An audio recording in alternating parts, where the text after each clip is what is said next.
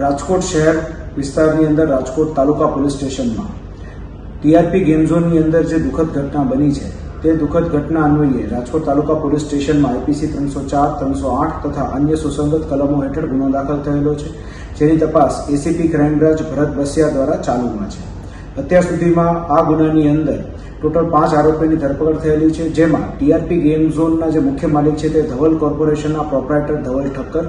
તે ઉપરાંત અન્ય પાર્ટનર્સની અંદર યુવરાજસિંહ સોલંકી, રાહુલ રાઠોડ, જમીનના માલિક કીર્તિસિંહ જાડેજા તથા ત્યાંના મેનેજર નીતિન જૈનની ધરપકડ થઈ ચૂકેલ છે અને તેઓના રિમાન્ડ પણ મેળવવામાં આવેલા છે. હાલ અમારી પાસે એવી માહિતી આવી છે કે જે અન્ય મુખ્ય સંચાલક હતા તેવા પ્રકાશ જૈનનું આ દુર્ઘટનાની અંદર નિધન થઈ ચૂક્યું છે, જે ડીએનએ ટેસ્ટિંગના આધારે સાબિત થયું છે.